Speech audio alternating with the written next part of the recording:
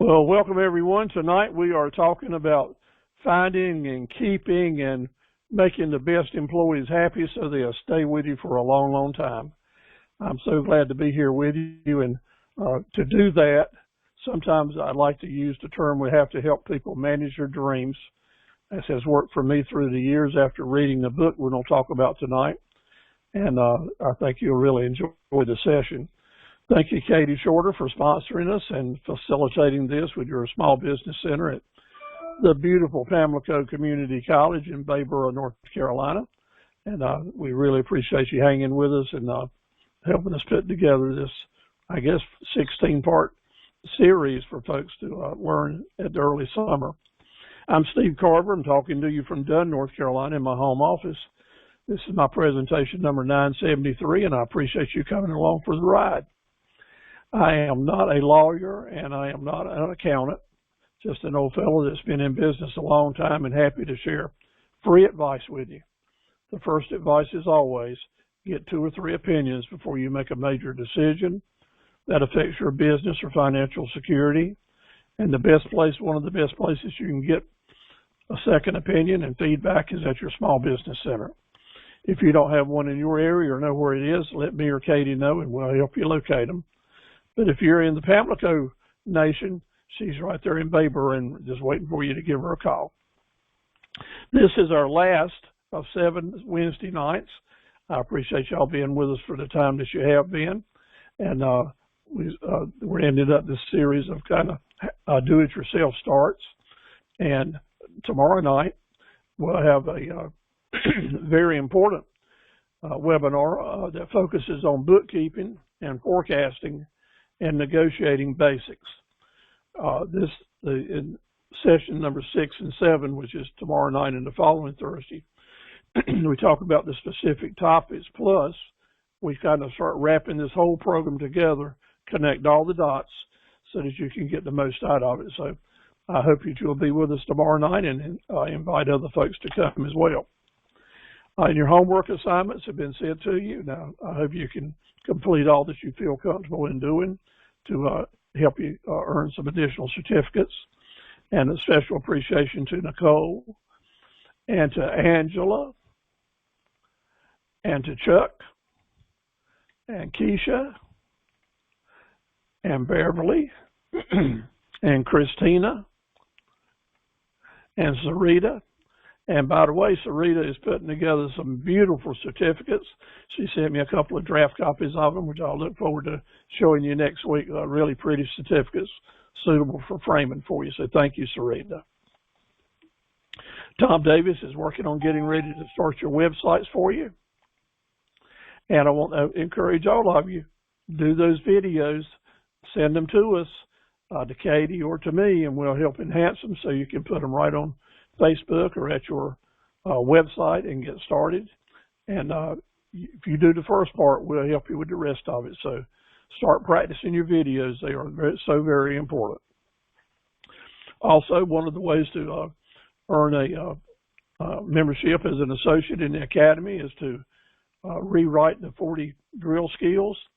Several of you have done that. I appreciate it, and you will not regret it by owning these drill skills. But tonight, we're going to focus on kind of a different subject, and such as that. I want to, first of all, welcome the folks that are with us now, Angela and Sonia and Sarita. Good to have you. And, of course, Katie, our sponsor. Katie, would you like to say anything?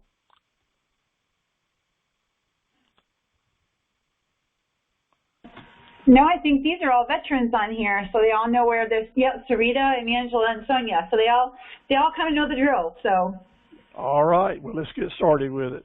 Finding and keeping those best employees, and retention of employees is so important because the major cost in keeping an ongoing business going is hiring and replacing employees. It takes up a lot of management time. It eats up a lot of money. There's a lot of stress involved with not only you, but the rest of your team. So understanding how this works is so important. If you're just getting started in business and you haven't ever hired anyone, I think you'll find this most enlightening because the things that we'll talk about tonight you maybe never dreamed that was in play. Katie, with the experiences that you just talked about, I've appreciate you interrupting and having some feedback here, because you've lived this life for a couple of years. So I appreciate your help with it as well. Finding those folks and keeping them is what this is all about tonight. So what I want to encourage you to do is just sit back and relax and think with me, and make notes on your handout if you'd like. Ask questions in the chat board. Katie will interrupt me. But what I want you to do is to think about what questions we need to answer before we go out and start hiring someone. And number one, you need to decide what values are important for this new person that you want to hire. What values would you like for them to have and to project, not project, but project to your customers? You need to answer that question first.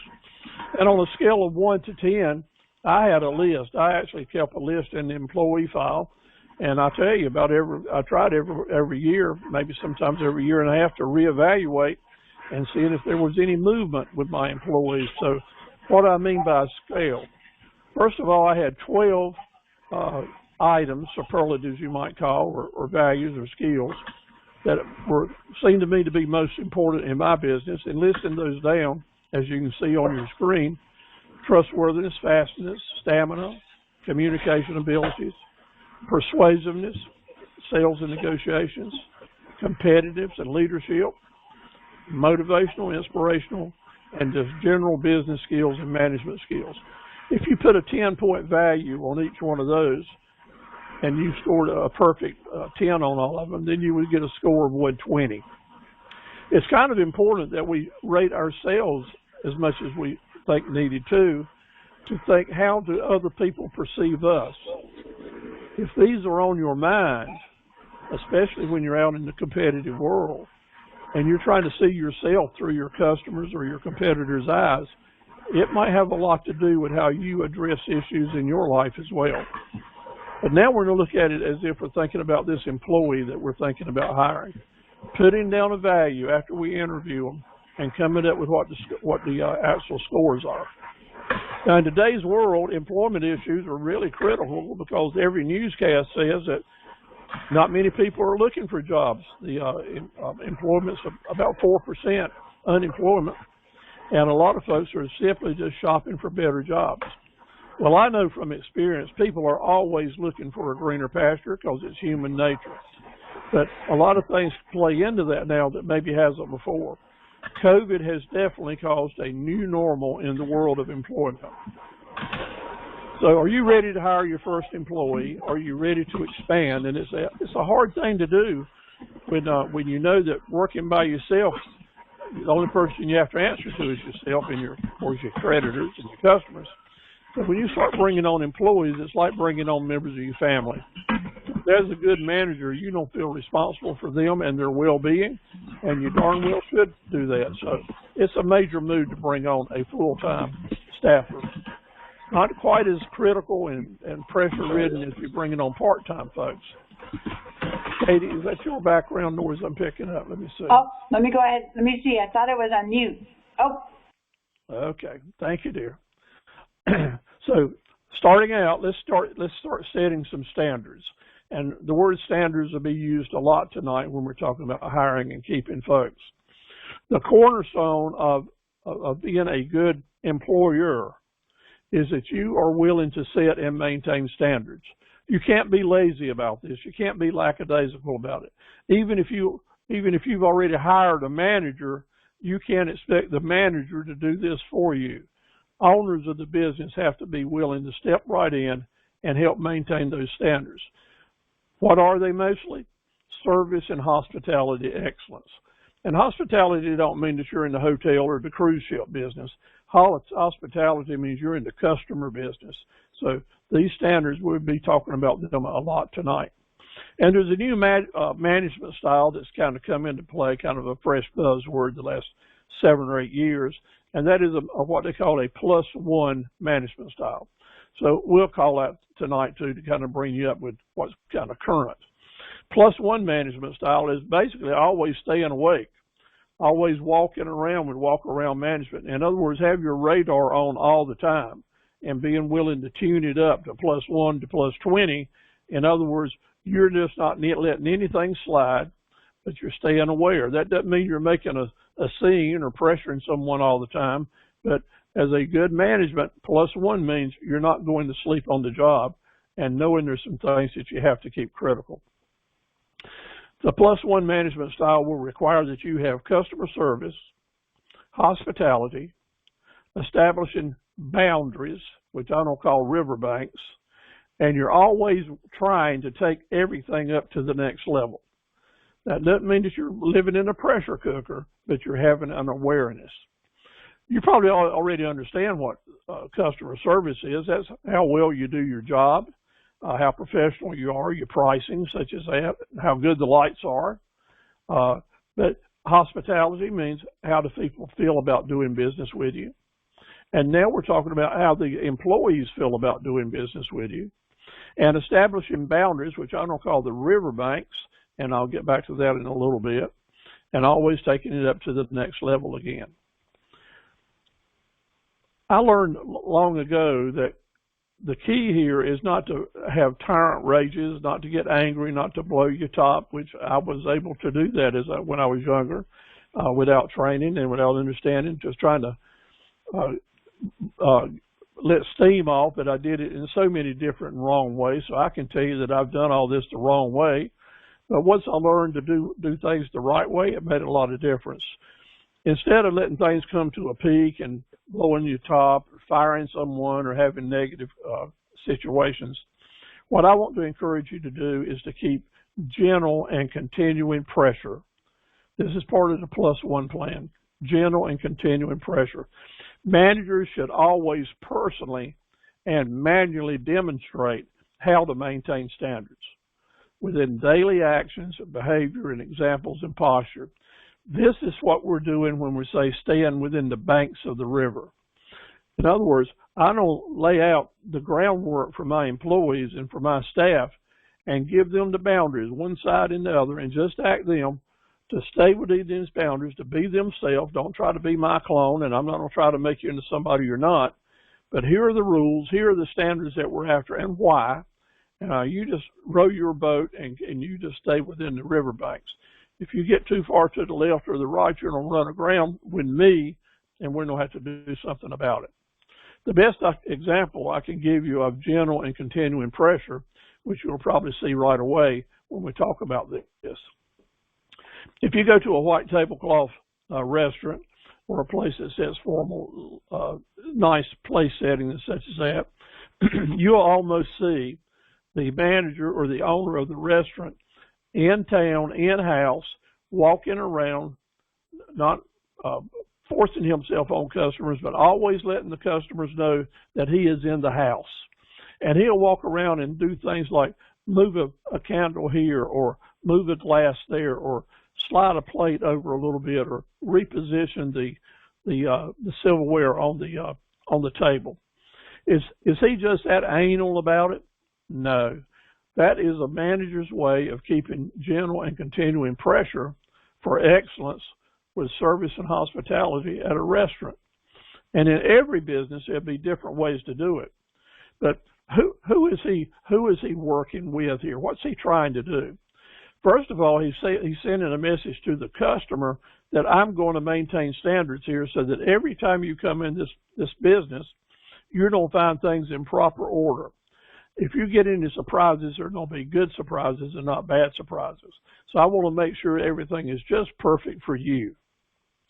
Now, the employees are standing over by the wall or walking past back and forth to the kitchen, and they're seeing them do this too. And maybe one of those employees has just set that table up, and they had it perfect, they thought.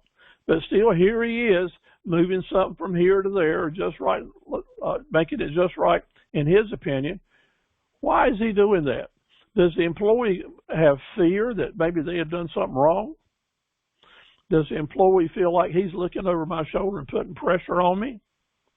Well, they might, but it's up to the manager to make sure they don't do that. He needs to have the same discussion with them, maybe look at this same slide and explain to them that I want you to know that you may be doing it just right, and I may just touch it as a way of showing you how well I appreciate what you're doing. But the key is we are not going to lower the standards here for any reason.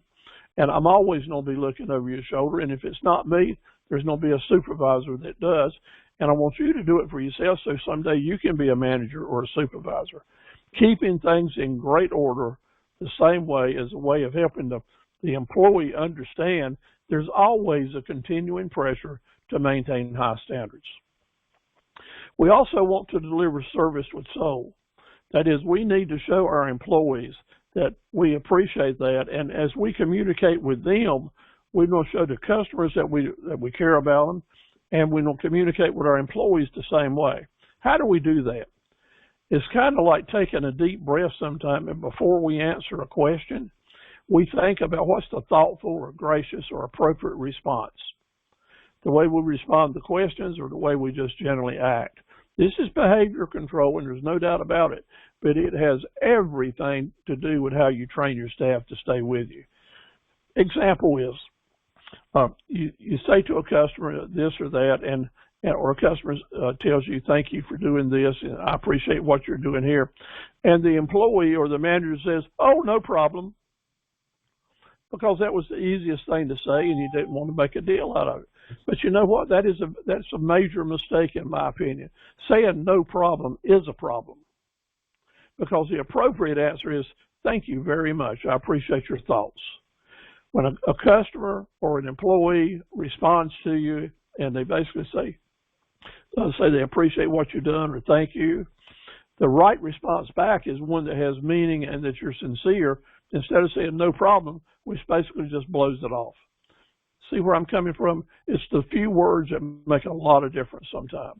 Those smiles and such are so important with the relationship that you build with the employee or with the customer.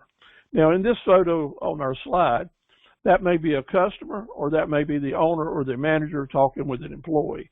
The key thing is there's an effort here to create goodwill and maintain goodwill. How do you go about maybe covering your bases? Well, I want to tell you that you do need an application. You do need a document where the employee you're thinking about hiring signs a document, reads about company policy, which I have one I can send to you as a free handout, a company policy to use as a guide. But you want that applicant to sit down and fill out a form, and then you want to be able to read that form and see how they respond, how they write, what blank spaces are there, blank pages are missed. And then you want to talk through it. You want to have a narrative response, which I'll talk to a little bit later. If you don't have an application, I've got a handout there that I can share with you with do's and don'ts about your applications, okay? The three main points in the hiring industry seems to be, and human resources is, the three main points of hiring is can, will, and fit. Can, will, and fit are the three things that as someone hiring that you need to consider. Number one, can this applicant do the job? Do they have the ability? Do they have the physical strength? Do they have the smarts to comprehend? Do they have the education to back it up? Can they do the job now? And can they possibly do the job with a little training or a lot of training? But on your paper that you're making notes on as you're talking to this person, this will be the first sheet of paper where you start making those evaluations. Can they do it? Next important question is, will they do it? They may be really smart and know all the right answers and have all the education that you could possibly need, but they've got an attitude that sucks. They seem to be not motivated and feel like the world owes me a living. In other words, I am entitled. That is the exact opposite of having the will that you're looking for, because you want someone with the right attitude that is self-motivated, that will get the job done. Even if their skill levels are a little low, if their will level and their attitude and their motivation is really high, that person can be trained. So you kind of keep that in mind. Can and will. And now fit, the last key ingredient. With everything else said, does this individual, with the way they perceive things and their personality, how will they fit with you, with your other employees, and with your customers? How do you see them sinking in? How do you see them becoming a part of the relationship in the organization? Do they come from, or are they headed to, a culture that indeed is good for your business? It may not be just like you, but is it good for your business? And does your personality come across in a way that you can learn to appreciate what they're saying? It takes a long time to do it, and sometimes it's very hard. But you'll be safe with this lesson. Remember the 3 times rule in pricing as a safe lesson? Here's a safe lesson you might want to remember. It's better not to hire at all than to hire less than the best. Experts will advise you to hire the person only when you think they have the credentials with training to become one of your top 3 employees within 6 months. If you're holding your standards up high and looking for the right people, and you'll have to kiss a lot of frogs maybe before you find a prince. But the key is, if you've got the resources and you've got enough clients that you can keep interviewing, it's better to hire no one at all if you can't hire the best person you think you can find that your budget can stand. You want this person to be trainable to the point that they can become one of your top staffers, or maybe even a manager within 6 months. Then you've got somebody worth paying a good wage and recruiting them. See if you can bring them on board. So you've done the job description. You talked to them about it. You kind of feel like you know this person pretty good. You've had a 10 or 15 minute talk with them. So is it time to seal the deal? Because you're afraid that if you don't hire them today, someone else will hire them tomorrow. So are you in a hurry to seal the deal? Well, let's see. Nope, not yet. You know what? The real work for hiring and keeping the best is just getting ready to start. So let's see how that goes. Now we're going to kind of think about some other superlatives that we're looking for in this new person. Do they have an infectious attitude? In other words, does the attitude they're projected, a great smile, a willingness to understand people, humanity about them, do they have an attitude that you would like to spread around in your business? Does what they project represent what you think your business needs to project? Do they have a self-awareness within their resume? In other words, do they have a career plan? When you were talking with them, when you were interviewing, where was this person going? Are they going to take any job they can get, or are they looking for something in particular themselves? In other words, are they just desperate for work, or are they out here trying to improve their situation? So you see, that's kind of important in today's climate, because a lot of people already have a job, but they would be interested in finding a better job that fits their self-awareness of where they want to go. Do they have a positive mindset? And let me tell you, everybody does not have a positive mindset. And it won't take you but a few minutes in talking with someone when you learn how to ask the right questions. Do they assume the best in other people? Do they assume that I'm going to give them a fair shake, or do they think I'm trying to take advantage of them? Do they assume that most customers will shoplift from you, or do they assume that most customers will not, and as a matter of fact, do all they can to keep others from shoplifting from you? Positive mindset. You can't buy it. It just has to be in that employee, but it's so important to you when you're doing that. This person you're thinking about bringing on board, do they have a realization about what they're going to cost the employer, what they're going to cost you, and what they need to do to make that relationship work? Their cost versus what value they're bringing to the business. And are they able to articulate that with a little conversation? You know how important that is, but you're brand new in the business world, so how would you expect someone that is right out of school, high school or community college, to understand this? It's hard to do. And indeed, you might have to do some training and helping that person understanding the cost and the value situations. Does the employee understand the urgency of cash flow? You guys have got it because we've been talking about it for a couple of months now. We know that we can't run this business without good cash flow. But we can't run it without employees that understand that too.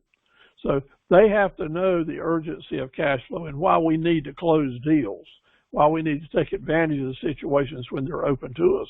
Because you're hiring this employee to represent you, so you don't have to be in front of the customer all the time.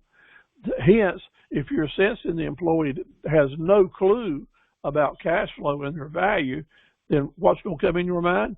I don't need to do some training here. I don't have to make some investment here because I see good things about this employee, but I see some vacant areas as well. Are they naturally a trusting person? This isn't the good side, bad side attitude here. This is, are they naturally a trusting person? Someone that you can trust. So you're going to need to speak with some previous employers.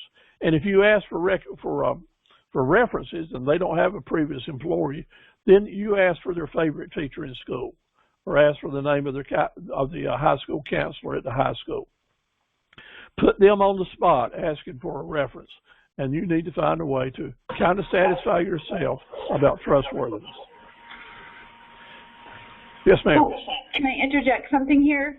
I've been listening. I've been scratching my eyes and scratching my nose, so I told everybody that I'm not going to gross them out by scratching my, I'm itching.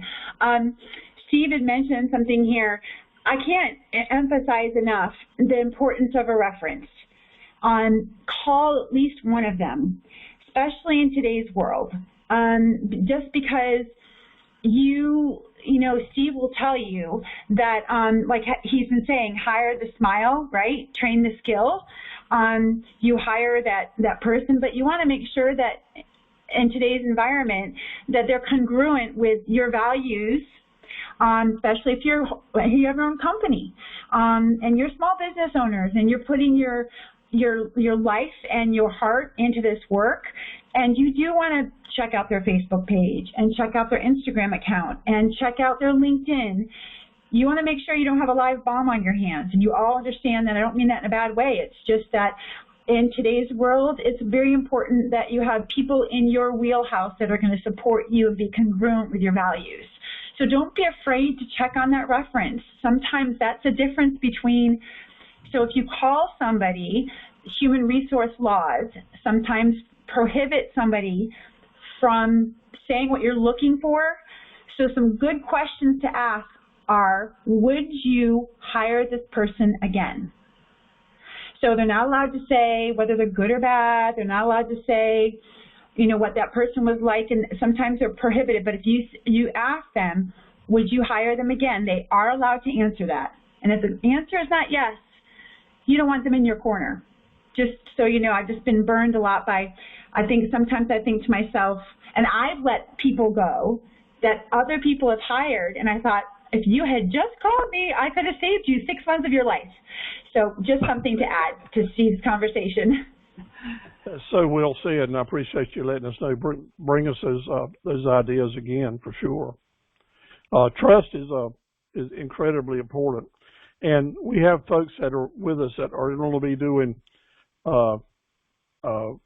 janitorial and commercial cleaning services and going into businesses and things like that. And indeed, you might be held liable and negligent if you do not do background checks.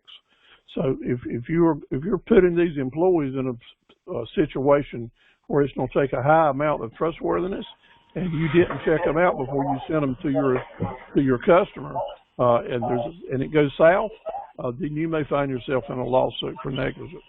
So, Steve, I have a question about that. So, Sonia and Angela and Sarita, and all of you that are, you know, you're looking at, like Steve said, that person is the face of your company. Steve, what is your feeling about drug tests? I know that usually you have to have an HR company to execute those drug tests, but specifically in a commercial cleaning environment, that can be a liability when you're leaving somebody alone on the premises. What are your feelings? I know you're not a lawyer, and I know you're not an accountant, but what is your general feeling about that? Pretty much every insurance agent will tell you that in every company policy, you want to be able to hold random drug tests so that when you hire any employee, they sign on that they're liable to have to do a random drug test at any time.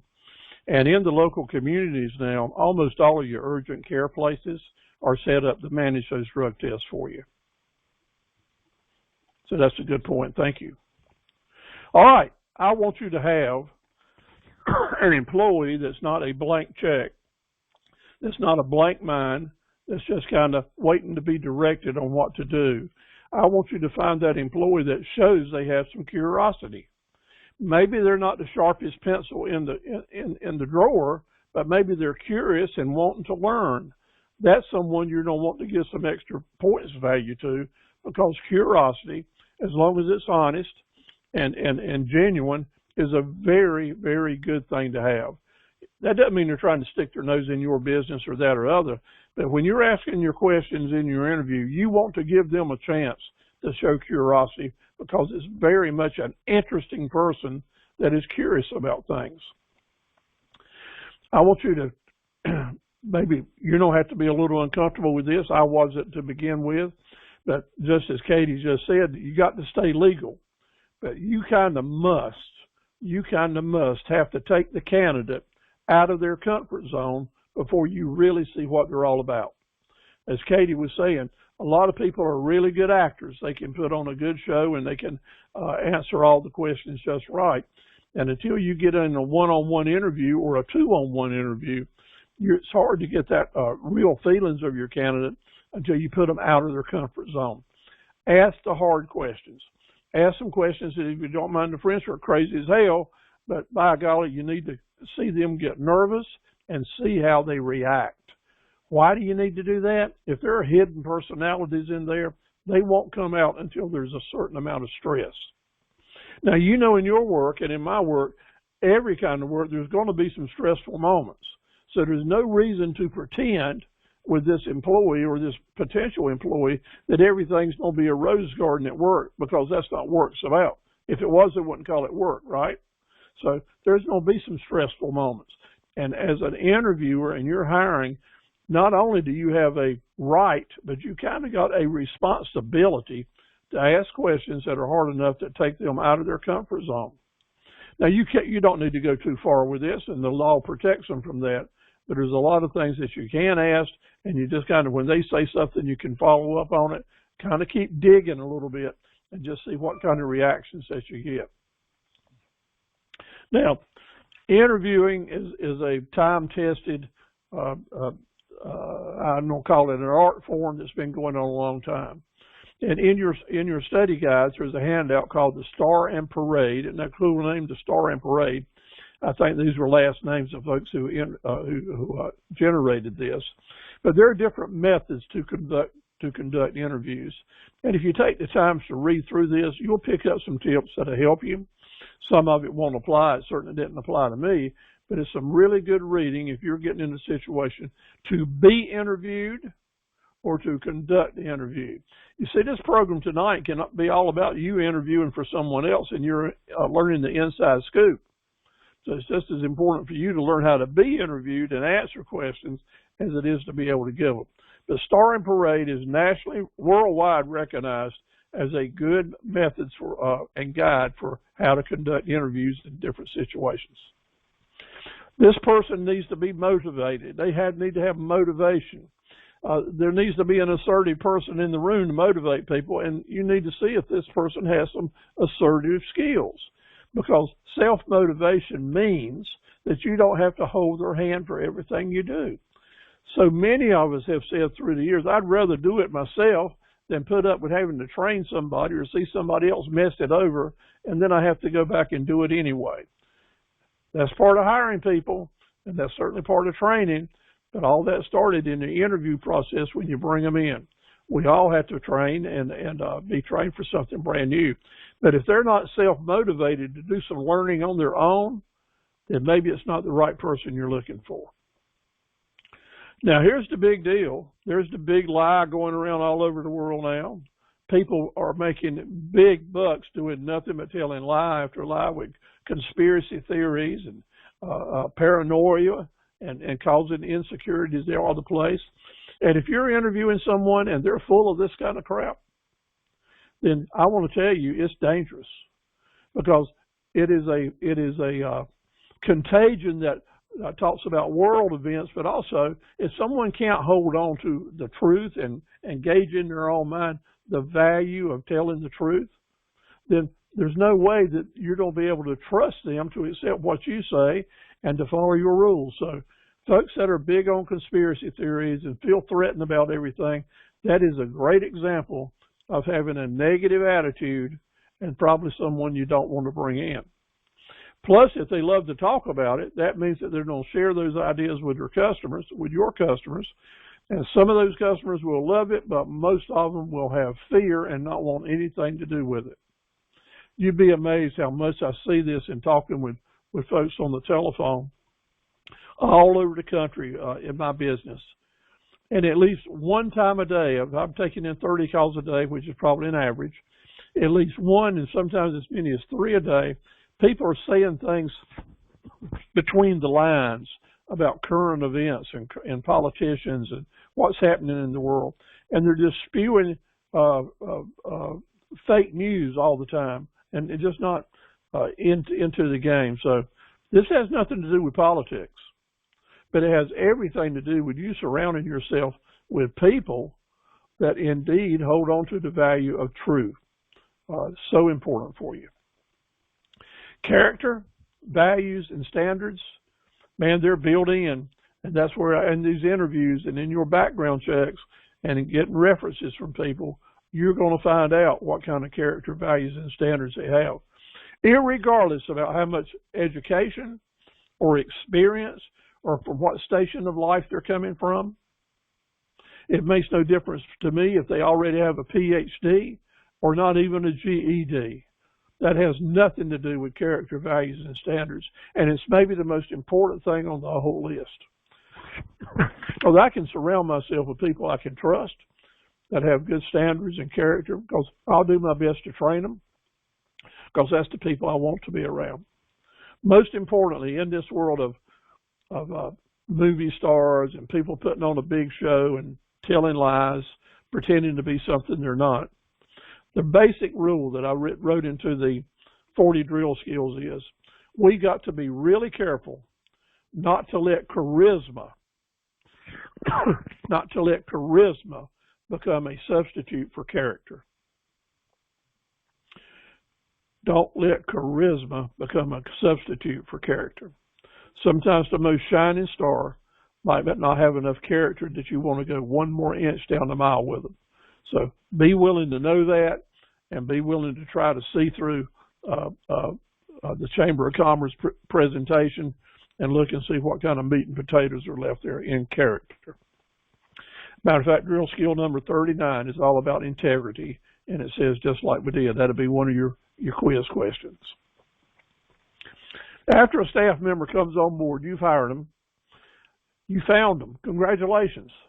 But now you know what you do? You need to figure out a way to keep them if you want to. So let's talk about after they come on board, what we're going to do. You need to stay connected with them. You just don't bring somebody on board and then throw them out to sink or swim. You start right then building a relationship. And I'm not talking about anything but a business and professional relationship here, and friendly relationship. But learn through their early experiences and challenges. You need to learn what your employees are putting up with. So that I'll say it now and I'll say it again. Oftentimes, the employee doesn't quit the job and go somewhere else. Oftentimes, the employee is quitting the boss, whether it be their manager or the owner of the company. So one reason that a lot of bosses and managers and owners lose employees are not the employee's fault. It's their lack of management ability. So let's understand what it takes to keep them. What do we need to do for employee retention? Well, first of all, if you're having a supervisor look after issues, make sure that you have this training with them as well. Otherwise, it's us as the owner that's going to need to do it. First, turn on your radar system. Turn on a radar system that keeps you getting signals from the employees. You always want to be aware that they're not going to leave the organization for more pay, or they're not running away from responsibilities, or you are measuring all the time to see how this employee measures up in a satisfactory way. So you keep your radar on and pick up signals from the employees, and they're there. They'll send them to you. It's just if you're going to pick them up or not. So how do you do this? You create a motivating environment, and you stand up for that employee. You stand up for that team. If someone needs coaching or training, you see that it happens. It's the best investment you can make in your company. You be willing to delegate to them new and more challenging responsibilities as they grow in their job. That is so important. Be willing to give them extra responsibilities. Sometimes someone's not ready for more pay, but they're definitely ready to show some more responsibility and skills. And have that conversation. Always be caring about where their future can go, where their career can go, because they may be the people that help you introduce and sell new profit centers in your business. I like to put things in numbers sometimes, so let's talk about quick 17 ways to keep those great employees. Share your business visions and goals. You can't expect them to know where you want them to go if you don't explain it. So talk about when you're hiring and with your other employees, what y'all are doing now in the business and where you want to take it to the next level. You don't need to lay out all your dreams and goals to them, but you do need to lay out a basic short-sighted plan so they're helpful to understand about how to be on board with your plan. Create a good environment. Make it fun. Make it open. Make sure all the employees are look forward to coming to work. Take care of your employees financially. If you're trying to be as cheap as you can be, then I'm going to assure you that employees will steal from you. Even good employees will steal from you because it may not be money they're stealing or products, but they'll steal morale. They'll steal from the team atmosphere, and they just won't have the willingness to become engaged with your plan. So make sure that you're competitive and the employees feel good about what they're making. Ask the employees to contribute themselves, to become knowledgeable in the role they're playing, and have those conversations with them about how can they become bigger than the thing they're doing now and help you grow the company. Look to what your employees' strengths are. Maybe you have someone that's working for you that is really good with fashion or design or literature. How can these people help you bring better presentations from your business? Maybe you have someone that's doing one thing, but they got a whole wealth of other skills. Talk to them about it and ask them how they might use their skills to better promote your business. That'll make them happier and hopefully will improve your business as well. Give them room to shine. Give them room to shine. I like to say that what we have to do is find them, hire them, train them, and then turn them loose. Let them be the best people they can be their way as long as they're staying within the riverbanks that you've set up. But they have got to feel like they're their own individuals and doing their own, meeting their own goals as well. Treat folks like you'd want to be treated. That's about as simple as it gets. Their dreams or goals or hurts or crises are all important to them, just like they are to you. Be a human being that cares about other people and let them know that you do. You won't regret that. You might get more drama than you bargained for, but let me tell you, it'll help you grow as a manager and an owner. Always know that just like when I'm talking about bringing in new profit centers all the time, maybe the growth of your business is going to be all about this new employee that may bring skills and understanding and a potential for growth that your business really needs. So have that radar on all the time and have a looking for an improved employee 24/7.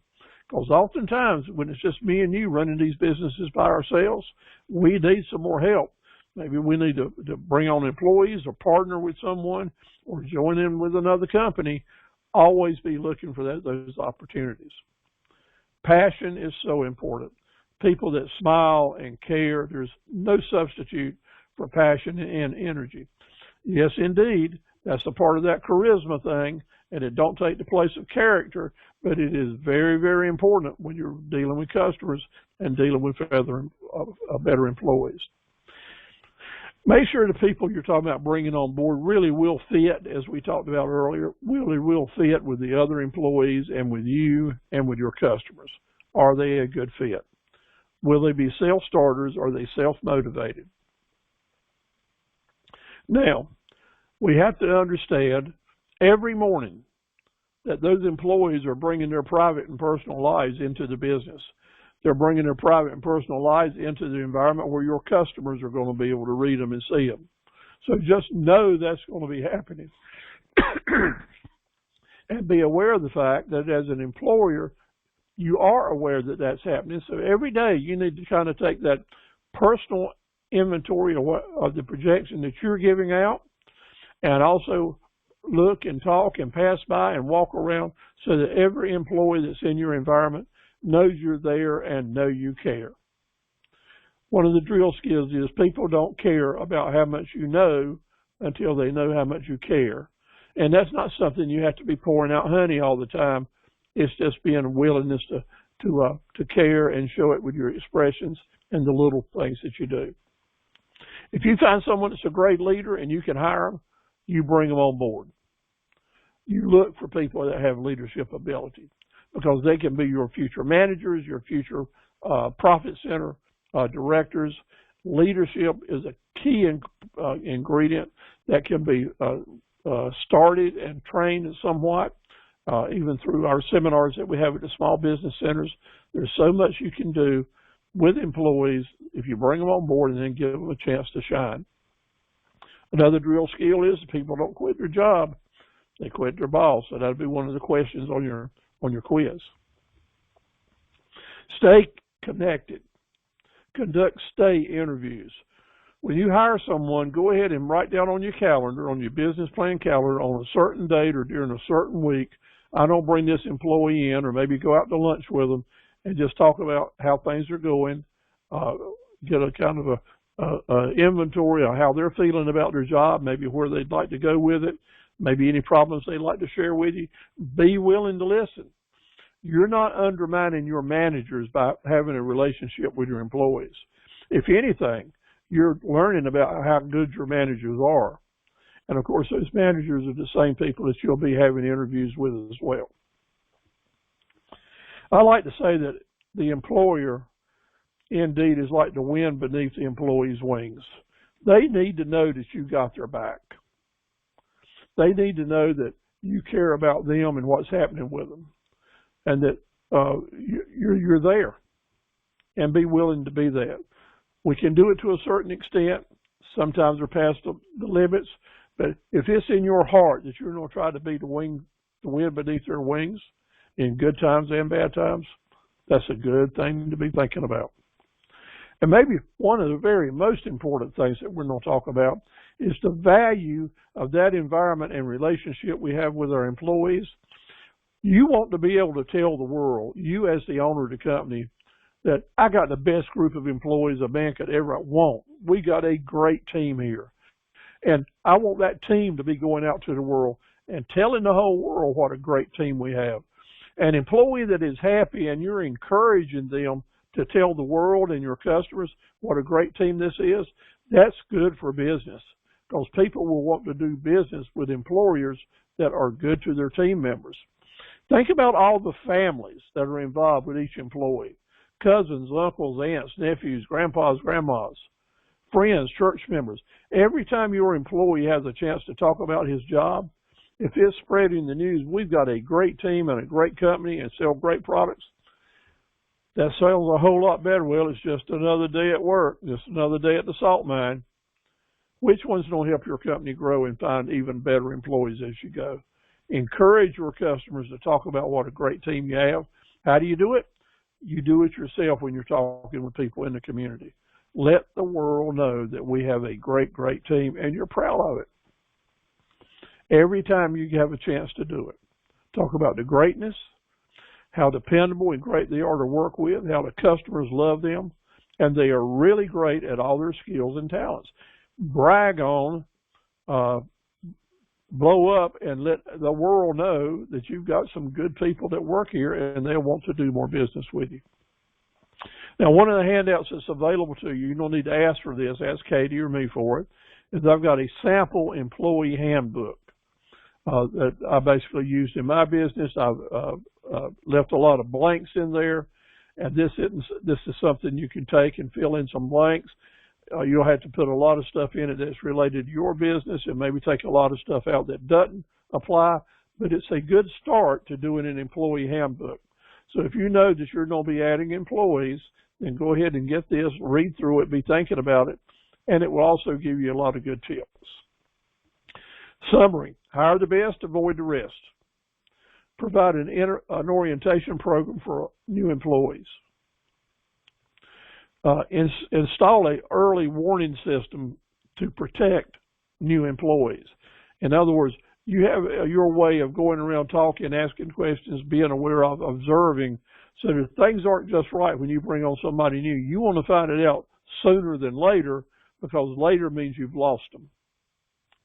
Identify and weed out your poor managers, because you may be a great employer, but the manager you've got in place, when you're not around, they just may be a killer. So you want to be getting feedback on how your employees like their managers, and also what their performance is. And then I want you to hire employees and then help them see their dreams come true. What? Yeah, help the employees see their dreams come true. And that's what I want to talk about now. Becoming a dream manager. Because maybe than any other thing else in my late business years is having a significant number of employees. After reading the book, I had basically a whole change of way of looking at things, and I hope that you enjoy this. First thing I want you to do is to kind of take a mindset, lean back, take a deep breath, because I want you to have a different mindset as we follow. So listen here.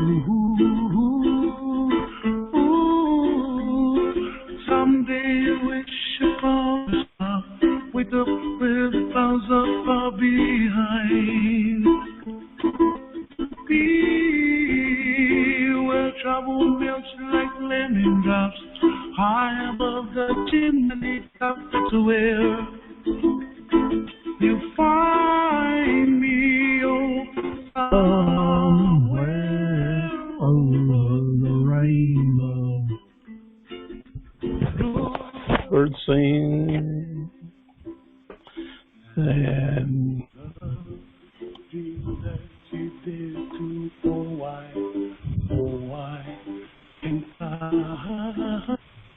somewhere over the rainbow doesn't mean it's a whole world away. Somewhere over the rainbow, dreams can come true, but can be right at your job, right with the people that work for you, or even in your job right now, if you're interested in managing dreams. I want to tell you that some 15 years ago, I had a good friend of mine who encouraged me to read this book and then follow his teachings and and suggestions, and I have personally seen it make a difference in probably more than 20 individual adult lives. I mean, major life-changing differences, and that's why I'm glad to share it with you tonight. I don't get a commission, or in no way have I ever met Mr. Kelly, but I know he's got a great idea. And so this book is available at Amazon.com. It's about a 2-hour read, and you'll probably need to read it 2 or 3 times for it all to sink in. He sold millions of them. I think it's about $16 value. I really encourage you to get it. Katie, I would encourage you to have it in your library at the Small Business Center. But in doing this, just to show you how personal it is to me, is that Byron Horn, I want to give him special credit. He's passed away about 3 years ago. And his lovely wife, Dorothy, they live now in Longview, Texas. But Byron, a loyal friend, a musician, a giver, a teacher, and he was a dream manager. He was hired by the Texas Employment Security Commission to be a dream manager for different companies. He was an entertainer extraordinaire, and he was also a dedicated follower of Jesus Christ. But Byron would go into companies when they invited him and put together dream management organizations. And we were visiting one weekend. He spent about a week with us at MOI one week, and I was quizzing him about what he was doing in his employment work. And he told me about this work that he did that was the most fulfilling thing that he did. And he sent me copies of his work and encouraged me to spread the word. And I immediately did, and it's made such a major difference to me. So thank you, Byron, for what you did. I'd also like to give credit to my daughter, Sarah Williams, who's a professor at ECU, Paul Meyer and Jim Rodden for sharing information that I've used their information in this presentation. So I didn't do all this myself, and I'm glad to share the message. What's your dream?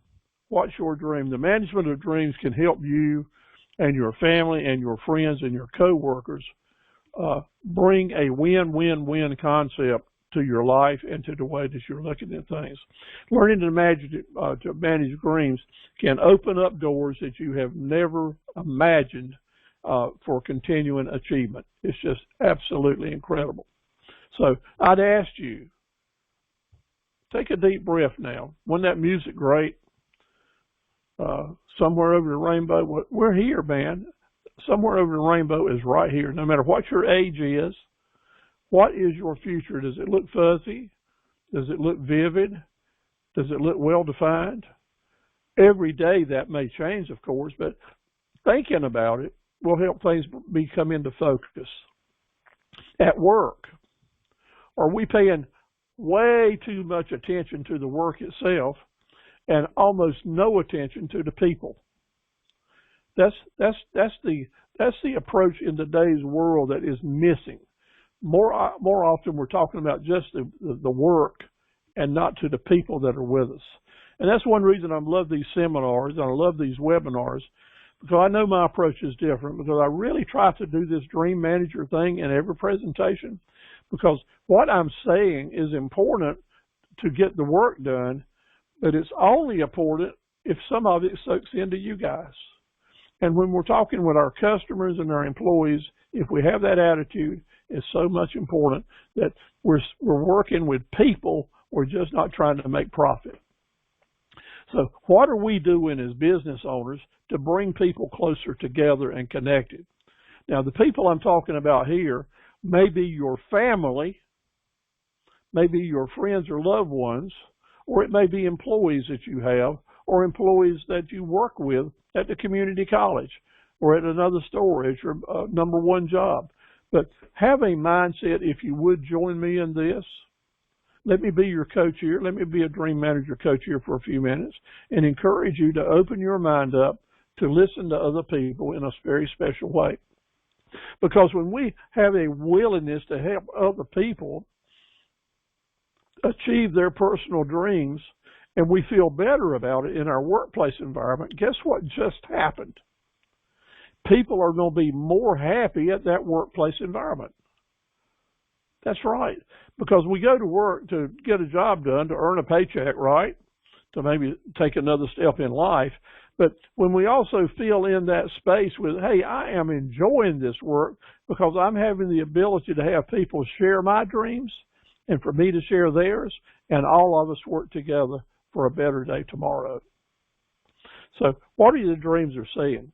Before you can understand and motivate and lead others, Paul Meyer said you must first understand, motivate, and lead yourself. And I believe that totally. I'm at 75 years old. I know all of us are at different ages. I'm probably the oldest rat in the barn right here tonight, no doubt. But you know what? My dreams are as important to me today as they were when I was 22 years old. They're different, and the objectives are different. But do you know why maybe they're more important? Because I try to tune into what other people's dreams are. And doing this work is such a rewarding and fulfilling way to do it. And that's one reason people love to be directors at small business centers and monitors and counselors, because we can help people achieve their dreams, and indeed it's so important. So let me give you some tips that you might want to have. First of all, I want to say to you, allow yourself to dream big. I'm so proud of you guys that are with us tonight, Sarita and Sonia and Katie and Christina, good to have you, and Angela. Every one of y'all, at one way or the other, have shared with me maybe what you're trying to achieve. That's why I really want to hear those profit centers and that mission and vision statement. All that is about encouraging folks to come in tune with your dreams. Dream without limits.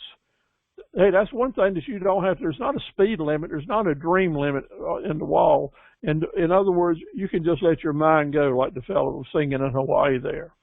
Money, time, distance, knowledge, and so on, there's no limits. It's dreams. Now, a key to making this thing kind of work is you've got to share these dreams with someone. Someone you trust, maybe loves you, someone that's interested in your best interest. Until you share a dream, it really don't have that big a chance to become true. But indeed, when you share a dream, it starts becoming true right away. Sonia, I see your hand up there. I'm going to catch you right here in just a second. It's okay to add someone else's dream to your list. Yeah, 2 or 3 people can have the same dream. Nothing wrong with that. And then I want you to encourage and support each other.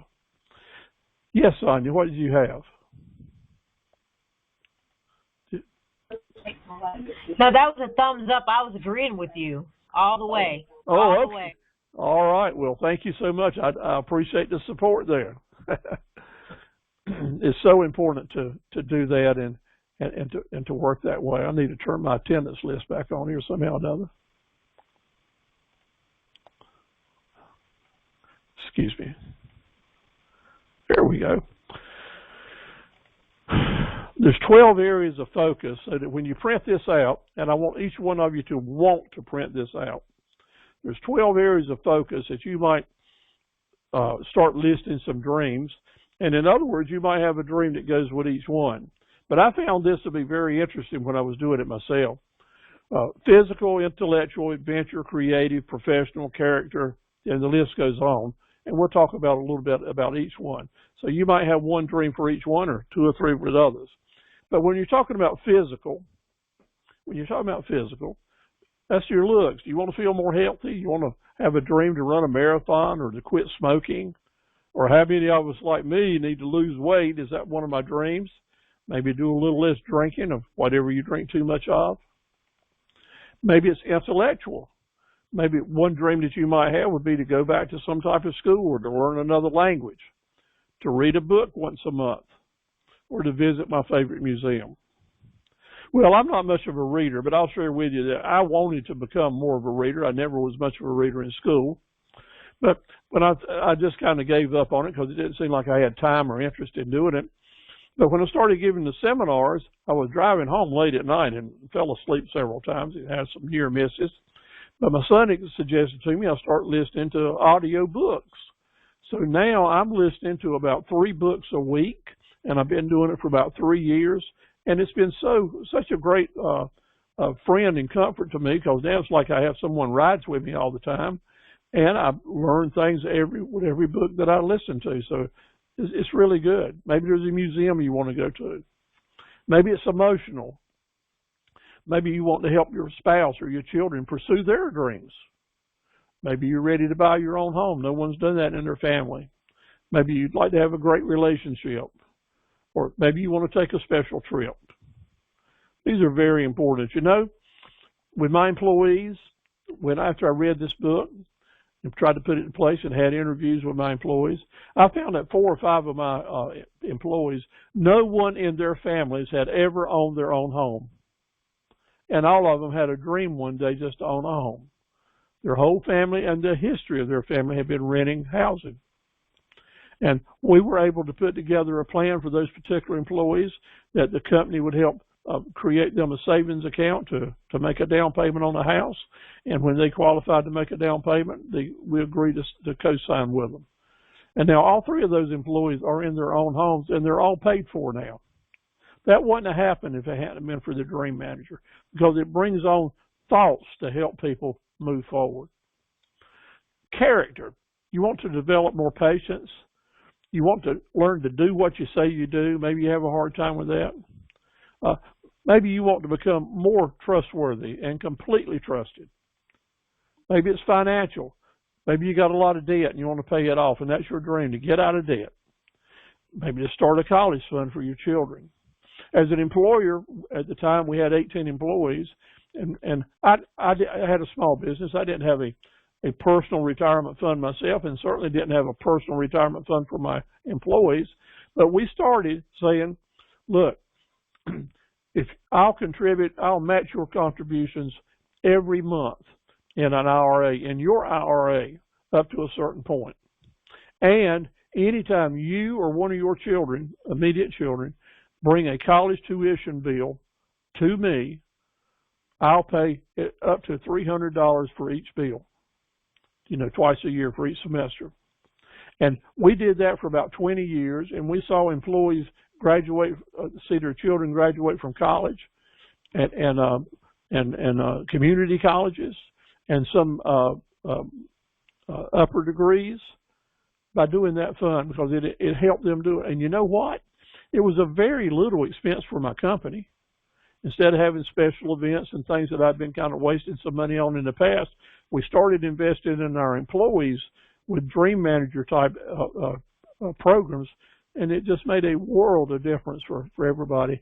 Mainly, it made a world of difference because my employees wanted to stay where their employer cared about their dreams. They started caring about my dreams, and we all got along so much better. It just made a world of difference. Maybe financially you want to up your earnings, and of course you're here as entrepreneurs. That's certainly one way to do it, and one way that Katie and I can help you to get there. Maybe you want to find a financial advisor to work with you. And spiritually, we can't do anything on our own. Someone has to help us do everything or to get to that next level. And we have to keep our internal spirits up and running to make that happen. So maybe what you need is peace. Maybe you just hadn't found how to find an inner peace at any time. Or learn to enjoy some uncertainty. Maybe biblical, you want to study the scripture. You've heard about them, you hear other people read them, but you hadn't taken the time to study the scriptures or to become saved with whatever that means to you, with Jesus or Mohammed or whoever your person is or your religion is that can help you become a person. Or in my area of the woods, in my life, I want to learn how to walk with Jesus and talk with him and carry things to him, ride down the road with him. When we don't feel like we're alone, things get better automatically. So that's one of my spiritual dreams and has been for a long time. Psychological, I need more willpower. I want to overcome some type of fear, or maybe I've got an addiction I need to work on. All these are important types of dreams. Maybe an adventure you want to go on. Take a trip or walk the Appalachian Trail. Maybe you want to become more creative. And man, have we got some great talent in this group this year that's attending these. Is a dream to take it to the next level. Remember, we talk about that a lot in these webinars, right? How to take it to the next level. That is, I want you to have a dream to get to that next level. Maybe you just want something special material-wise. Maybe it's a new car or pickup truck, a certain watch, or maybe you want a second home on the river or down at the lake or at the beach. These dreams can be a whole lot of things. Professional, get that promotion, be the best in the marketplace, have a new product. Hey, I just want to learn how to clean this desk off on Friday. that could be one of my dreams right now because it's very difficult to do. Legacy. Spend more time with your children. Volunteer for charities. Donate to a favorite charity. See, the dreams can go on and on and on and on. So let me share with you a personal experience. A number of years ago, and Katie's on board with us tonight, there's a small business director at one of the colleges in our region. She sat through this very same seminar we're talking about tonight. She didn't have much to say. She's kind of a quiet lady. She nodded her head, though. But as I was leaving, she asked if she could keep my copy of The Dream Manager. I had a copy of the book with me, and I shared it with her. And I went on, just didn't even think about it again. 4 weeks later, she called me up on the telephone. And she said, Steve, this book has been a life changer for me and for my daughters. She had taken it with her daughters, and they had all read it and talked about it. And she had made a decision that she was going to find another job in California, move out there for what she had, to a place she had dreamed of working and doing. She left her small business director job, went out there and started managing a real estate firm, still there, still doing great. Her husband is an airplane pilot, so it didn't make a lot of difference for him where they lived. As a matter of fact, Los Angeles was a better fit for them and their daughters. But it wouldn't have happened without the Dream Manager book. So I know that it's made a lot of difference. It's made the difference in my life and in 20 of my employees, and I think in probably 20 or 30 of their children's and families, because it's kind of contagious when you spread it around. So how do you do it? Here's the challenge. Whether you're doing it with a group of employees, with a church group, with just your sisters or your family or a group of friends, identify 3 of your dreams that you'd like to achieve. Write it down and how you might achieve it. Find one partner you can talk to about it and start developing those plans better. And then follow up with that conversation at least once a month to see how you're coming along. I had a person that said to me that they had when I was giving this program, they called me back later and said that one of their dreams was to have a camper, a motorhome. And they've been one for years. They were close to retirement age, but just couldn't afford it. Couldn't spend more than something like $5,000 or $6,000. But they had shared that with some people about talking to their Dream Manager work. And 4 months later, out of nowhere, their phone rang, and one of their friends that had heard about this dream this person was having called them up. He was beside the road looking at a motorhome that had just been put up for sale with a price that was affordable. Called him, he went down. It was just what he was looking for. He could afford it, and he bought it. And been so very pleased with it. You never know how impactful this Dream Manager stuff can be if you share the dreams, because it's human nature that if you share your dreams with someone, it's automatic. They're going to want to try to help you get there. They will be looking for ways to help you get your dream, to make more progress on it. And it works both ways. That's one reason that, or a lot of the reasons that we have these seminars, because if we share ideas and we start networking with each other, we'll find ways to help other people's dreams come true. Now, one of our friends said, I'm not going to call his name for privacy purposes, is starting to enlarge his business in some ways that we're going to take his ideas and share them with y'all and other people, and I think it'll help you enlarge your businesses too. So that's why it's okay for more than one person to have the same dreams. It makes a lot of difference. So today and every day, ask, what's your dream? Not only ask yourself, but those people that you're close to. And then tell me more about it. Start listening. We got 2 ears and 1 mouth. That means we ought to listen twice as much as we talk. And then the last question, how can I help you see it come true? That's about the Dream Manager. I can't do enough encouraging to ask you to follow this up. And then once you come up with your list, make a commitment to see it through and to do it. If you own your own business, you might hire a Dream Manager, one of your employees, or bring someone in like Byron used to do to help bring employees together. The whole company can have a party to achieve their dreams and talk about it. Kind of a fun thing to do. Going a little over tonight, I apologize for doing that, but this is so important for you and can make so much difference in your life. I want to tell you, I want to see you tomorrow night. Big deal tomorrow night. We're going to talk about the basics of bookkeeping.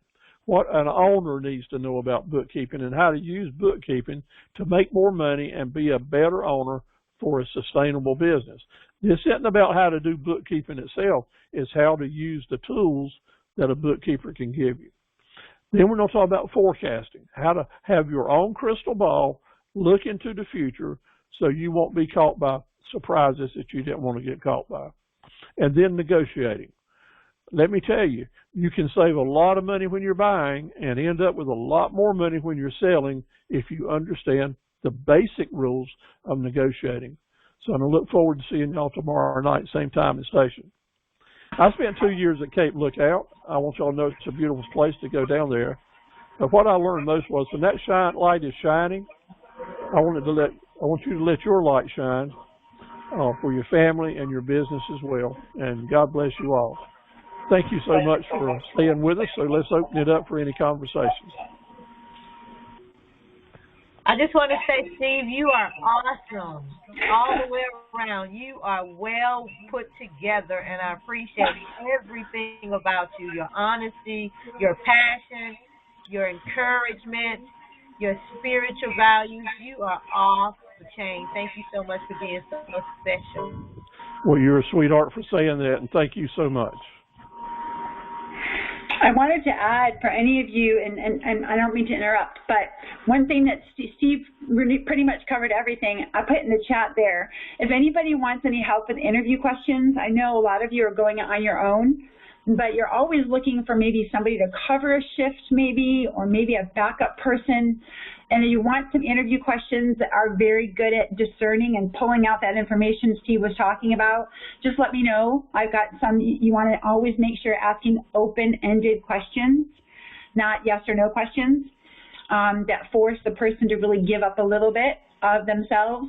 And Steve and I can probably both give you help on like specific direct questions that will tease out that information you're looking for.